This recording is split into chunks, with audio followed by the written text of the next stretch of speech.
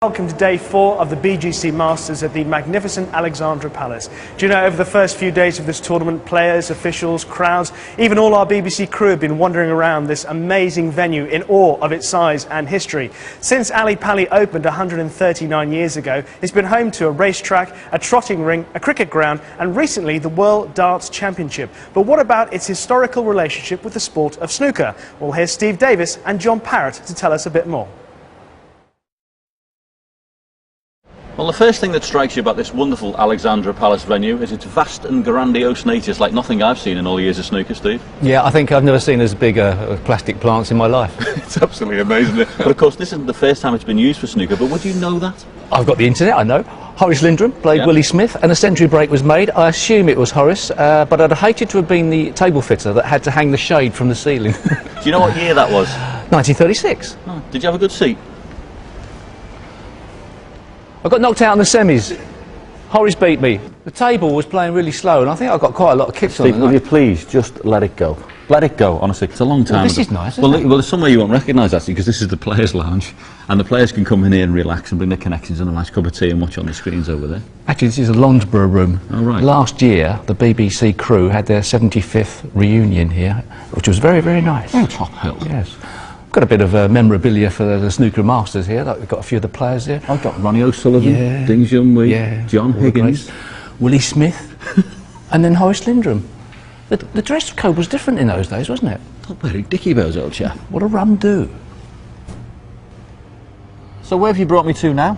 Well, we're playing in the West Hall next door, but this is the Great Hall, and over the years there's been loads of great things have happened in here. It's great, isn't it? Well, that's how it's got its name, and you don't get a great hall without a great organ. Look at that. I bet you can bang out a great tune on that as well. You certainly can. This room is as big as like a football pitch. It's major. We're standing in the circle, centre circle here, and there's a plaque here, and below it is a capsule that they've laid when the Great Fire happened in 1980. How do you know that? It says so, the numbers on there. At the weekend, there's going to be a big model railway expo in here, so that should be good fun. Fantastic.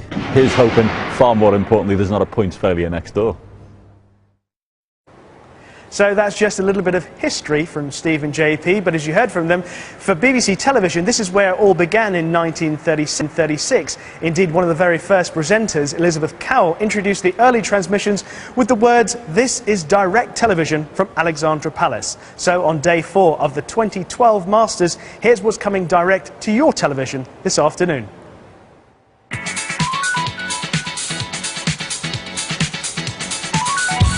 Two-time Masters champion at Wembley, Mark Selby hopes to continue his love affair with this tournament. His record reads, played 13, won 11, lost 2.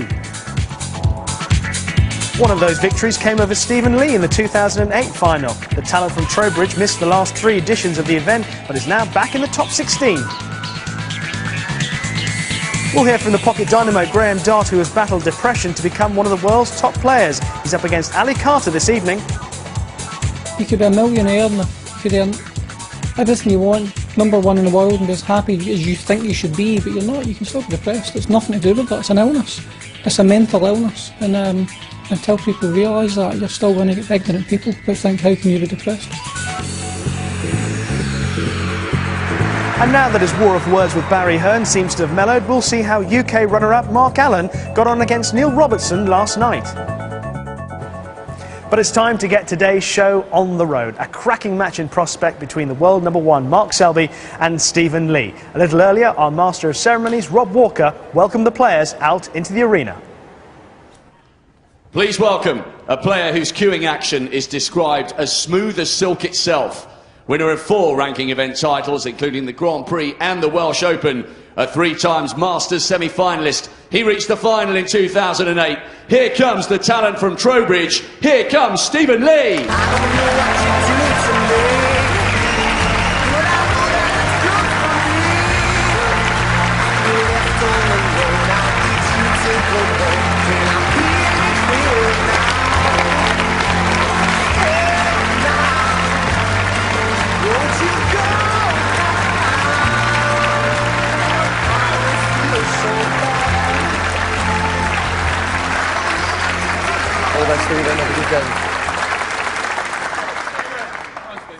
And his opponent, one of the most colourful characters on the circuit. He's been in 3 of the last 4 Masters finals. Twice a winner in 2008 and 2010.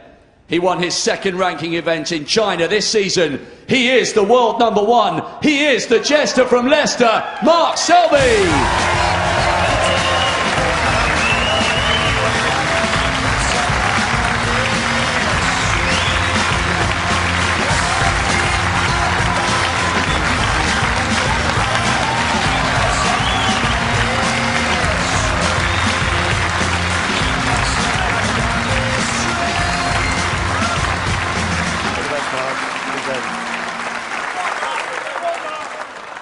Great reception for the players, and this matchup is a repeat of the final from 4 years ago.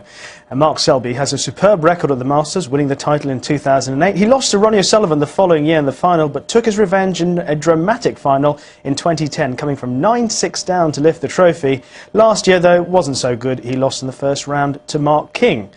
Stephen Lee made his Masters debut in 1998 and appeared at the tournament for 11 consecutive years, with his best performance coming in 2008 when he lost to Selby in that final. But he slipped out of the top 16 and missed the last 3 years. However, he is back in the big time once again. But since that final in 2008, Stephen had lost to Mark on 2 other occasions they've met in competition. So plenty points to Selby, but Stephen will be hoping for a change of luck. We're going to join this in the first frame. Stephen Lee's at the table, trailing 24-32. Commentators are John Virgo and 6-time Masters champion Stephen Hendry.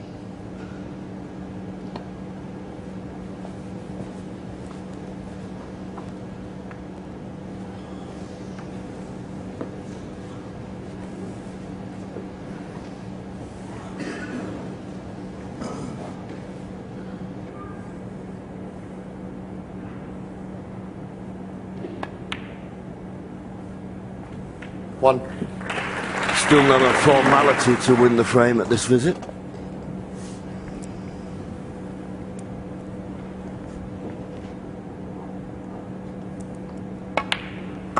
Well, if the black goes, there may be a chance. 7. Well, it does go. Yeah, I thought he had a decent angle in the ping to follow through into the 3 reds and the black, but what's he going to choose to do it a different way? And he's chose to split the reds from a red, which is, you never guarantee position.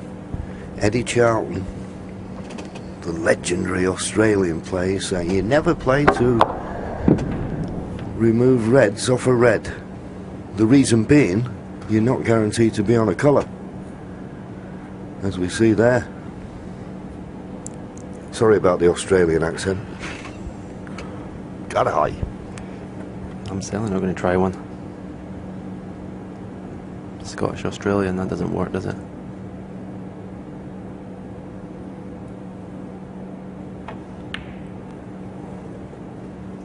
Mark Selby, 8.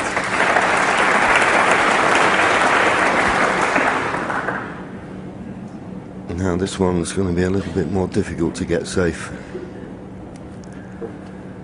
I suggested the other time coming down the right hand side of the table, nestling on this red that's immediately below the black spot, but you can't do that now. He'd leave the red along the top cushion, so it's not going to be easy. Maybe 3 cushions and hit the red on the extreme left of the table. It'd have to be perfect, and he doesn't want to be too hard. Oh, he's misjudged it badly. That's not what he played. That's not what he played. Stephen Lee's had a long hard look at the first cushion that he hit there, and obviously wasn't expecting the reaction that he got. Expecting it to slide a little bit.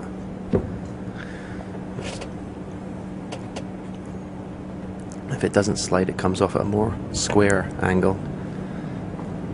Yeah, I must admit, it looked alright for me, but it certainly come off a lot square off the second cushion. But it might not be too bad, because this is a tricky red, and what makes it even more difficult, he's got a little bit of work to do with the cue ball, and that's why he's refusing it. So the best you can hope for when you're in a situation Stephen Lee was in was not to leave anything easy, and that's what he's done.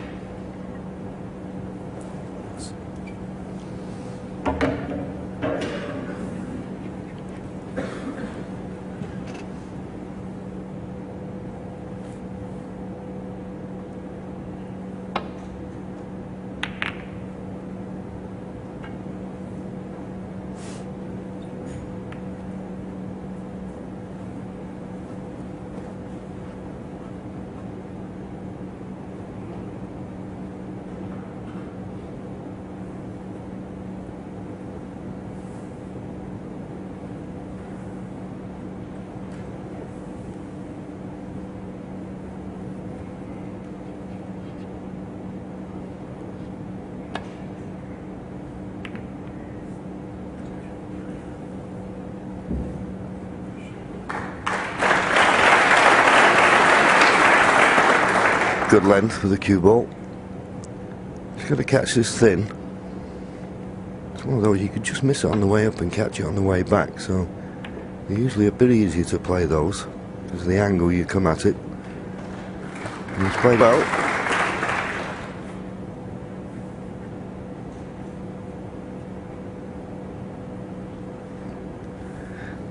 This frame already going over 22.5 minutes. I don't think we'll see many long frames in this match. Both players are very capable when they get in amongst the balls, but sometimes it's the way the balls run that dictate how a frame is going to be played out. And this is an example of that.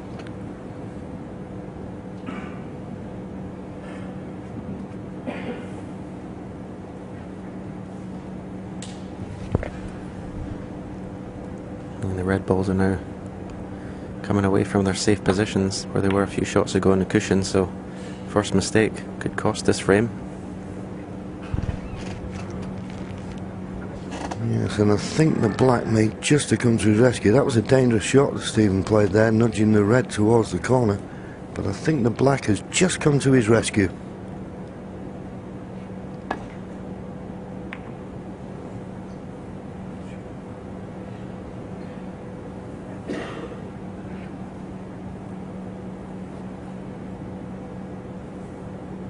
This time we'll be hoping to run the red into another red to keep it near the top cushion. But he didn't do it quite. Now what's going to come to his rescue this time? The hamper on the green. Once again, and a little smile there from Mark Selby. Stephen a bit fortunate there, but once that red didn't run into another one, it was always going to be in a potable position, or would have been, but for the green.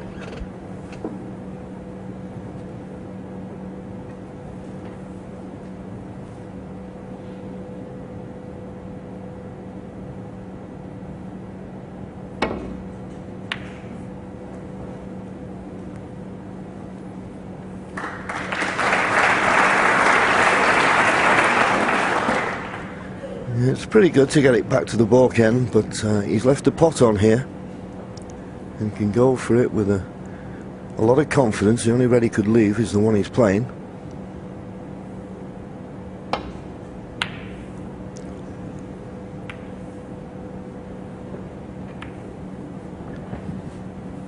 And funnily enough, that is the one he's left.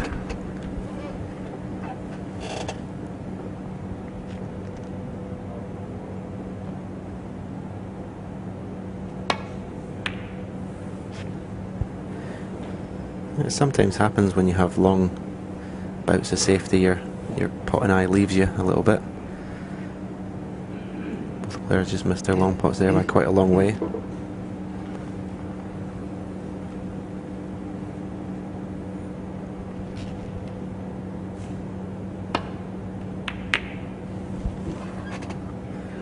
Oh boy, much too thin. And I don't think he's got away with it this time. That's 3 poor safety shots in a row from Stephen. And that could very well cost him this opening frame.